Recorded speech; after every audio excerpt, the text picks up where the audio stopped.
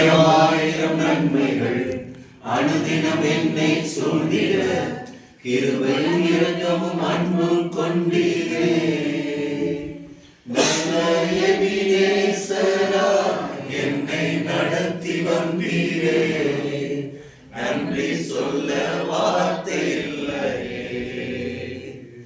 நல்ல எபினேசரா என்னை நடத்தி வந்தீரே. நன்றி சொல்ல வார்த்தை இல்லையே. காலை மாலை எல்லாம் வேளையிலும் என்னை நடத்தும் கரங்கள் நான் கண்டேன்.